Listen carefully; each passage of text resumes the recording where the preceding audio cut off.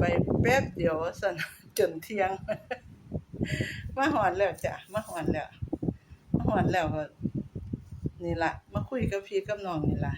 เป็นจังได๋น้อเนาะบ่ได้ส่งงานบ่ตรงเนาะสิว่าจังไดบ่น้อบัดทีนี้เพิ่นแฮ่งฟ้าวคันเฮากดไลค์ดูๆจังซี่เพิ่นก็ดีใจเนาะ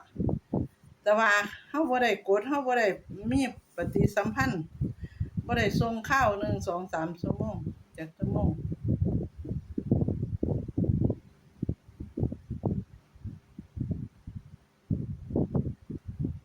4ชั่วโมง